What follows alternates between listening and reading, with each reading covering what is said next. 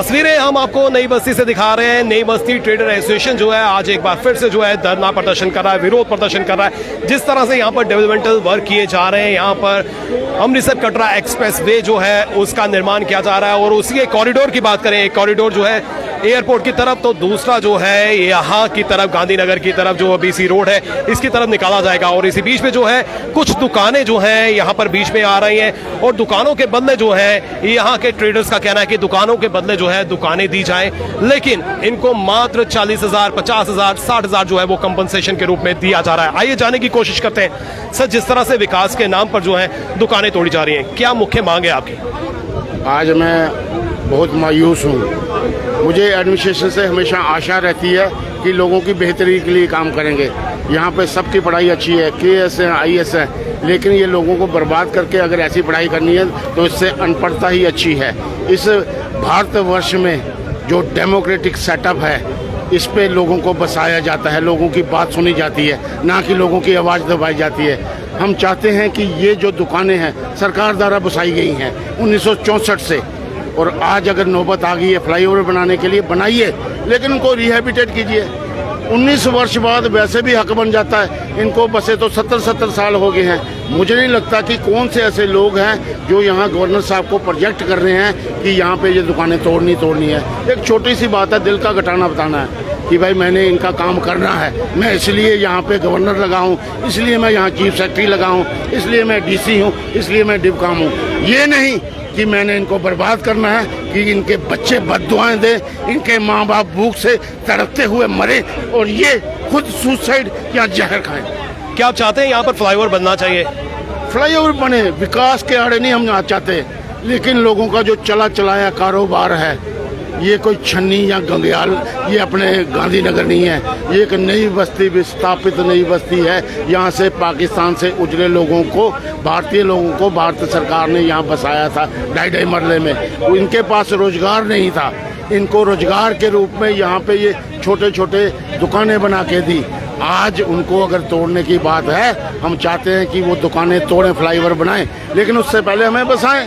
छोटी सी बात है, मुझे नहीं लगता कि ये जितनी दुकानें हैं, शायद एक कनाल भी जगह, छोटी सी जगह चाहिए। इतनी जगह है सरकार के पास, जिन्होंने कब्जा की है उनसे छुड़ाओ। कोई आप जो ड्रग पेडलर्स हैं इनके मकान सीज कर रहे हैं, इनके मकान आप तोड़ रहे हैं, ज़मीनें जो अवैध कब्जे हैं वो खाली करा रहे हैं, ये तो वैध लोग हैं। We are not encroacher and we demand just to rehabilitate us. Governor साहब से यही अपील है, बार बार अपील है कि लोकल एडमिनिस्ट्रेशन यहाँ से यही अपील है कि इन लोगों को बर्बाद नहीं मत कीजिए, इनके पीछे दीवार है, आगे खाइए, ये किसी भी काबिल नहीं है। जिस तरह से कंपनसेशन देने की बात की जा रही है कि कंपनसेशन भी दिया जा रहा है, उसको आप किस नजरिए से देखते हैं? भीख, बेगर्स जो भीख मांगते हैं ना, बड़ा मैं थोड़ा पॉलिश वे में बोल रहा हूँ, बेगर्स, ये भीख देने के 2024 चल रहा है। हमें ना 40,000 चाहिए ना 40 लाख चाहिए, हमें दुकान के बदले दुकान चाहिए कि हम उस दुकान से अपने परिवार का जो निर्वाह कर रहे हैं वो निरंतर चले। हमारे माता पिता की दवाई, हमारे बच्चों की पढ़ाई और हमारा जो खान पान है इन छोटी छोटी दुकानों से चले। दुकान के बदले आप दुकान चाहते हैं? पार्टी की सरकार है, आपने पहले भी इनका साथ दिया था, सपोर्ट किया था जब प्रदर्शन हुए थे, तो क्या आपकी बात नहीं सुनेंगे ये क्या? 8 महीनों की लुका छिपी के बाद मुझे लगता है कि एडमिनिस्ट्रेशन ने एडमेंट रवैया, जिसको आप तानाशाही का रूप कहते हैं, ये करके यहाँ के लोगों को बर्बाद करने की सोच ली है। नाराजगी नहीं है, ये दुकानें नहीं टूटेंगी। ये उसने कह दिया, नोटिस लगा दिया तो दुकानें टूट जाएंगी। अगर यहाँ पे किसी प्रकार की लॉ एंड ऑर्डर की प्रॉब्लम आई, लॉ में अगर कोई विलम्ब हुआ या लॉ में कोई ऐसी गड़बड़ाई, तो सबसे पहला पत्थर और सब पहला डंडा खाने वाला कोई और नहीं, पवन सिंह ही हो। पवन जी, जिस तरह से हमने कहा कि दुकान के बदले दुकान चाहिए, किस स्पॉट पर जो है आप चाहते हैं कि रिहेबिलिटेट किया जाए? अनेक जगह हैं, ज़्यादा क्या, ये यहाँ पे ये दुकानें हैं सतवारी में, इसके सामने सतवारी स्कूल की ग्राउंड है। हम जेन्युइन डिमांड कर रहे हैं, अगर उन्होंने ग्राउंड नहीं देनी होती हम नहीं लेते, लेकिन उन्होंने नेशनल हाईवे वाले को 3 करोड़ 18 लाख रुपए लेके वहाँ पे एक स्ट्रिप दिए जहाँ पे इन्होंने नाला बनाया।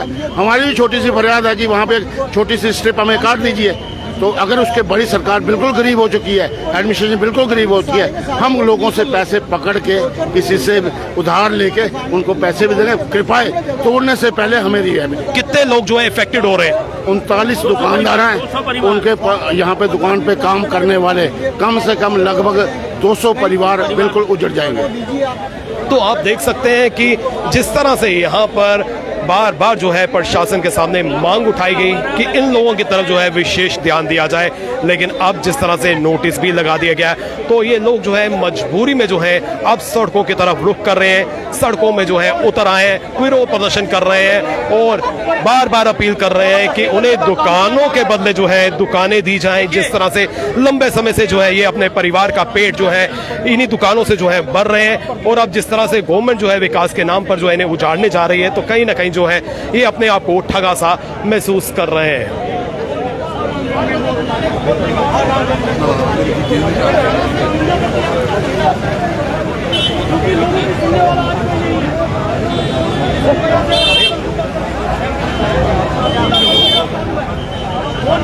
इधर दुकान तेरी भी है।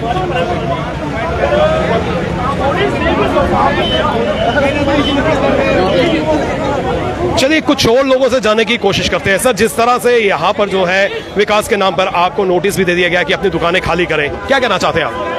कहना क्या है, मतलब ये हो गया, ये तो अंधेर गर्दी होगी। जब मन किया रात को 9 इनका मन किया, नोटिस लगा दिया भाई सुबह खाली कर दो दुकान।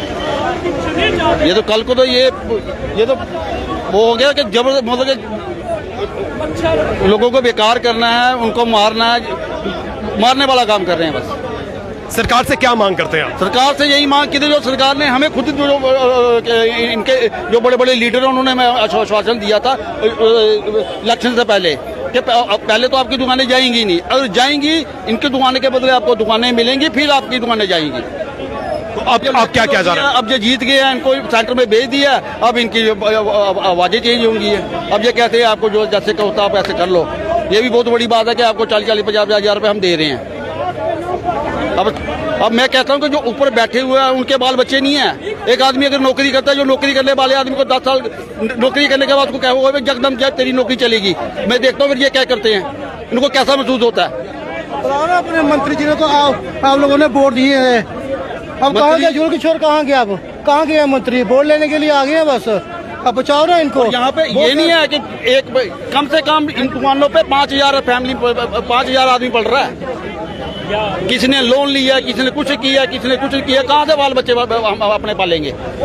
तो आप देख सकते हैं कि काफी रोष जो है यहाँ पर स्थानीय दुकानदारों का है। इनका साफ तौर पर कहना है कि लंबे समय से जो है वो यहाँ पर अपनी रोजी रोटी जो है यहीं से चला रहे हैं, और अब एकदम से जो है गवर्नमेंट जो है इन्हें कह रही है कि यहाँ से अपनी दुकानें खाली कर दें। हालांकि चुनाव से पहले जो है बड़े बड़े लीडर से इनसे वादा किया था कि इनका जो है इनको यहाँ से नहीं आएगा, लेकिन अब जिस तरह से यहाँ पर इनको नोटिस दे दिया गया है और कंपनसेशन के नाम पर मात्र 40,000, 50,000, 60,000 रुपया दिया जा रहा है। इनकी यही मांग है कि दुकानें अगर यहाँ पर अगर तोड़ी जाएंगी तो दुकानों के बदले जो है इन्हें दुकानें जो है अलॉट की जाएं। फिलहाल नितिन कनोत्रा और मुझे यानी रितेश गुप्ता को दीजिए इजाजत, और आप देखते रहें एक्सेलशियर न्यूज।